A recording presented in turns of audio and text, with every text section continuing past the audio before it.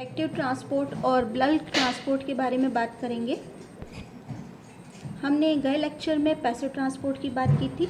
Passive transport जिसमें कि जो मॉलिक्यूल्स होते हैं वो हाई कंसंट्रेशन से लो कंसंट्रेशन की तरफ मूव करते हैं थ्रू द प्लाज्मा मेम्ब्रेन, ठीक है। और उसमें अपन ने अलग अलग टाइप के पैसिव ट्रांसपोर्ट पढ़े थे, जिसमें कि आपके डिफ्यूजन हो गया, ऑस्मोसिस हो गया और फैसिलिटेटेड डिफ्यूजन हो गया।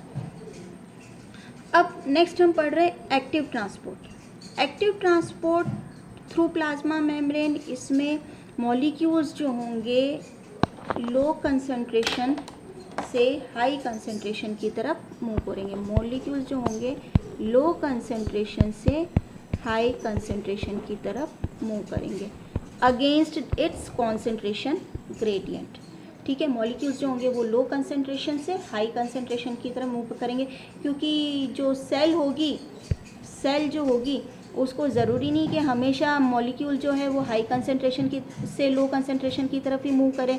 कुछ मटेरियल जो होता है वो सेल को ज़्यादा रिक्वायर्ड होता है और बाहर कम होता है, तो वो उनको भी अंदर लाना चाहता है, ठीक है। तो इस टाइप के मूवमेंट जो लो कंसंट्रेशन से हाई कंसंट्रेशन की तरफ हो रहा है उसको हम क्या बोलते हैं, एक्टिव ट्रांसपोर्ट। और क्योंकि ये low concentration against the concentration gradient जा रहा है, लो कंसंट्रेशन से हाई कंसंट्रेशन की तरफ मूव कर रहा है, तो इसमें एनर्जी की रिक्वायरमेंट होती है। और वो किस फॉर्म में होती है, एटीपी के फॉर्म में। जैसा कि आपको इस पिक्चर में भी पता पड़ रहा है कि जो यहाँ एक तरफ मॉलिक्यूल कम है और एक तरफ ज़्यादा है। एरो आप देखिए तो मॉलिक्यूल लो कंसंट्रेशन से हाई कंसंट्रेशन की तरफ मूव कर रहे हैं, ठीक है। और यहाँ पर energy is required to go against the concentration gradient. आप कंसंट्रेशन ग्रेडियंट के अगेंस्ट जा रहे हैं, इसलिए यहाँ पर एनर्जी जो है वो एटीपी की रिक्वायरमेंट होती है। अब अगर अपन प्लाज्मा मेम्ब्रेन के थ्रू देखें तो यहाँ पर आप देखिए कि अपन ने देखा था कि डिफ्यूजन जो होता है वो फॉस्फोलिपिड बाइलेयर के थ्रू हो जाता है। डिफ्यूजन, ठीक है। जो फैसिलिटेटेड डिफ्यूजन जो होता है, फैसिलिटेटेड डिफ्यूजन में हमने बोला था कि वही मॉलिक्यूल जो होता है वो हाई कंसंट्रेशन से लो कंसंट्रेशन की तरफ मूव करता है, लेकिन with the help of carrier protein के थ्रू हेल्प करता है। जो प्रोटीन चैनल होते हैं और कैरियर प्रोटीन्स जो होते हैं, जो प्रोटीन चैनल्स जो होते हैं वो खुले होते हैं, ठीक है। और जो कैरियर प्रोटीन्स जो होते हैं वो अपना कन्फर्मेशन जो होते हैं वो चेंज कर सकते हैं, ठीक है। एक्टिव ट्रांसपोर्ट में आप ये देखिए कि ये एक तरफ मॉलिक्यूल लो कंसंट्रेशन में, एरो आप देखिए कि ये थ्रू प्रोटीन, कैरियर प्रोटीन या चैनल के थ्रू हो रहा है, ठीक है। और इसमें क्या है कि मॉलिक्यूल लो कंसंट्रेशन से हाई कंसंट्रेशन की तरफ जा रहा है और ATP with the help of ATP की जो एटीपी है वो एनर्जी प्रोवाइड कर रही है और मॉलिक्यूल लो कंसंट्रेशन से हाई कंसंट्रेशन की तरफ जा रहा है। और ये हमेशा with the help of carrier protein या प्रोटीन चैनल के थ्रू होगा एक्टिव ट्रांसपोर्ट। अब अपन देखते हैं कि एक्टिव ट्रांसपोर्ट दो टाइप से हो सकता है, एक प्राइमरी एक्टिव ट्रांसपोर्ट और एक सेकेंडरी एक्टिव ट्रांसपोर्ट, ठीक है। प्राइमरी एक्टिव ट्रांसपोर्ट, अब एक्टिव ट्रांसपोर्ट का एक बहुत अच्छा एग्जांपल है sodium potassium pump. Sodium potassium pump जो आपके नर्व मेम्ब्रेन पर पाया जा सकता है या फिर मसल मेम्ब्रेन पर पाया जा सकता है। अब यहाँ पर आप देखिए कि सोडियम पोटेशियम जो पंप है, यहाँ पर आप देखिए कि ये सेल का आउट पार्ट है और ये सेल का इन पार्ट है, ठीक है। अब जो सेल को क्या रिक्वायर्ड है कि उसे पोटेशियम आयन अंदर चाहिए, पोटेशियम आयन जो है वो अंदर चाहिए और सोडियम आयन उसे बाहर ले जाने, ठीक है। तो इसके लिए एक पंप यूज़ करते हैं, एक प्रोटीन यूज़ करते हैं जिसको हम नाम बोलते हैं क्या, sodium potassium pump. Sodium potassium pump से क्या होता है कि एक एटीपी के थ्रू 3 सोडियम आयन जो होंगे वो बाहर जाएंगे और 2 पोटेशियम आयन जो होंगे वो अंदर आएंगे, ठीक है। 3 सोडियम आयन बाहर गए और 2 पोटेशियम आयन जो होंगे वो अंदर मूव करेंगे थ्रू एक एटीपी। एटीपी जब ब्रेक डाउन होगा, ठीक है, और जब ब्रेक डाउन होगा तो ब्रेक डाउन होने से जो एनर्जी उसके बॉन्ड्स जो जब टूटेंगे तो जो एनर्जी रिलीज होगी उससे जो मॉलिक्यूल होंगे वो मूव करेंगे, ठीक है। तो 3 सोडियम आयन बाहर गए और 2 पोटेशियम आयन अंदर आ गए, ठीक है। अब अगर अपन मेम्ब्रेन देखें तो 3 सोडियम आयन बाहर गए तो बाहर पॉजिटिव ज़्यादा हो जाएगा एज कंपेरेबल टू इनसाइड, ठीक है। तो यहाँ पर जो मेम्ब्रेन है ठीक है। मेम्ब्रेन के जो आपके आप बोल सकते हैं कि मेम्ब्रेन की जो पॉजिटिव और नेगेटिव जो चार्जेस है उनमें क्या होगा डिफरेंस आ जाएगा, ठीक है। तो एक इस टाइप के जो ट्रांसपोर्ट जिसमें कि 3 सोडियम आयन जो हैं वो सेल के बाहर गए हैं और 2 पोटेशियम आयन सेल के अंदर आए हैं against the concentration gradient from low concentration to high concentration with the help of energy that is ATP, ठीक है। इस टाइप के ट्रांसपोर्ट का हम बोलते हैं एक्टिव ट्रांसपोर्ट और ये एक एग्जांपल है प्राइमरी एक्टिव ट्रांसपोर्ट का। अब अपन देखिए secondary active transport. Secondary active transport किस वजह से हुआ? प्राइमरी एक्टिव ट्रांसपोर्ट की वजह से, ठीक है। सेकेंडरी एक्टिव ट्रांसपोर्ट जो है वो प्राइमरी एक्टिव ट्रांसपोर्ट की वजह से होता है। अगर प्राइमरी एक्टिव ट्रांसपोर्ट नहीं होगा तो सेकेंडरी एक्टिव ट्रांसपोर्ट भी नहीं होगा, ठीक है। इसीलिए इसको हम बोलते हैं secondary active transport. Primary active transport जो है उसमें एनर्जी का यूटिलाइजेशन हुआ है। अब यहाँ पर देखिए एनर्जी की यूटिलाइजेशन की वजह से हम ये देखते हैं कि सोडियम पोटेशियम पंप में 3 सोडियम आयन जो है वो बाहर चले गए हैं, ठीक है। अब जब 3 सोडियम आयन बाहर चले गए तो यहाँ पर सोडियम आयन की कंसंट्रेशन क्या हो गई? वो बढ़ गई, ठीक है। सोडियम आयन की कंसंट्रेशन बढ़ गई, ठीक है। अब मॉलिक्यूल का नेचर है कि वो हाई कंसंट्रेशन से लो कंसंट्रेशन की तरफ जाएगा, ठीक है। तो हाई कंसंट्रेशन से लो कंसंट्रेशन की तरफ जाएगा तो ये इसके साथ में जो सोडियम आयन के साथ में एक ग्लूकोज मॉलिक्यूल भी अंदर आएगा। ये जो पिंक में आपको दिख रहे हैं ये ग्लूकोज मॉलिक्यूल है और ग्लूकोज जो होंगे वो सेल की ग्रोथ के लिए इम्पॉर्टेंट है। तो ये ग्लूकोज मॉलिक्यूल भी इस सोडियम आयन के साथ में क्या करेंगे? ये अंदर आएंगे। और इस टाइप का ट्रांसपोर्ट जो किसकी वजह से हुआ है?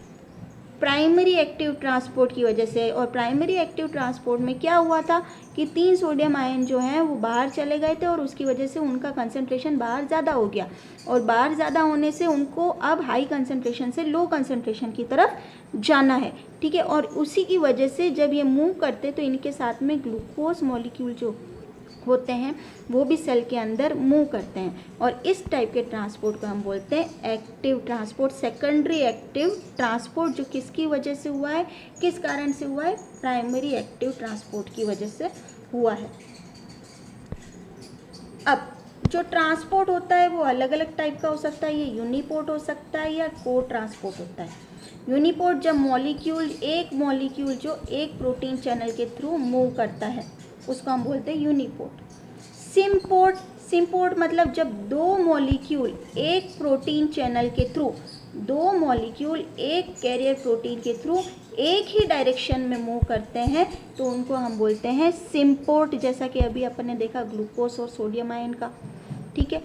और एंटीपोर्ट जब 2 मॉलिक्यूल एक कैरियर प्रोटीन के थ्रू अपोजिट डायरेक्शन में, एक इस तरफ जा रहा है तो एक इस तरफ जा रहा है, अपोजिट डायरेक्शन में मूव करते हैं तो उसको हम बोलते हैं एंटीपोर्ट। और इसका एग्जांपल अपन ने सोडियम पोटेशियम पंप देखा कि 3 सोडियम आयन बाहर जाते हैं और 2 पोटेशियम आयन अंदर आते हैं, ठीक है। तो इस टाइप के ट्रांसपोर्ट को हम बोलते हैं को ट्रांसपोर्ट या कपल्ड ट्रांसपोर्ट।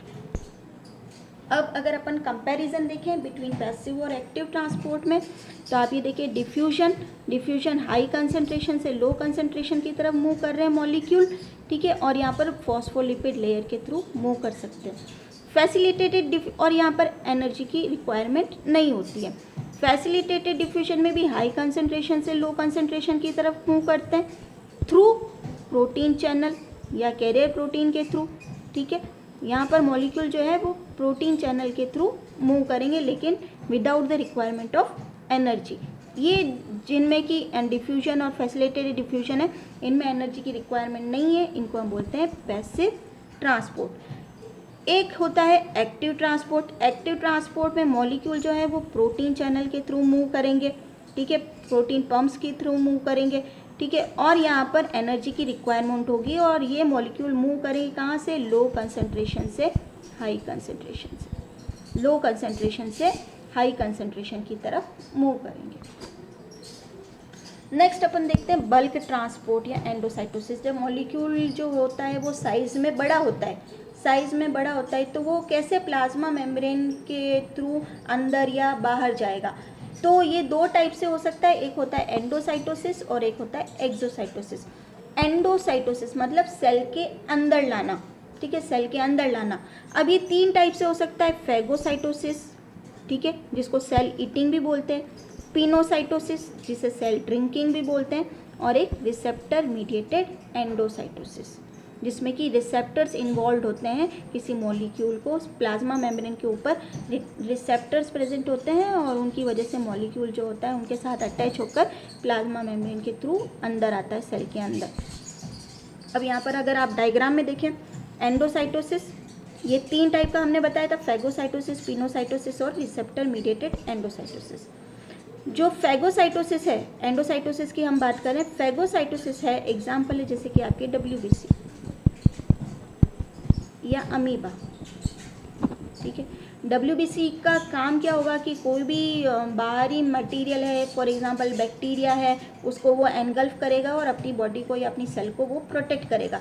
तो यहाँ पर क्या करता है कि प्लाज्मा मेम्ब्रेन जो होती है वो फोल्ड बनाती है या सूडोपोडिया बनाती है, ठीक है। जो भी सॉलिड मटेरियल है वो अंदर आ जाता है और एक वेसिकल बनता है जिसको हम बोलते हैं फैगोजोम। और ये किसकी वजह से, क्योंकि जो प्लाज्मा मेम्ब्रेन की नेचर क्या होती है, वो फ्लूइडिटी की होती है, फ्लूइड नेचर होता है और उसकी वजह से ये फैगोजोम जो होता है वो बनता है।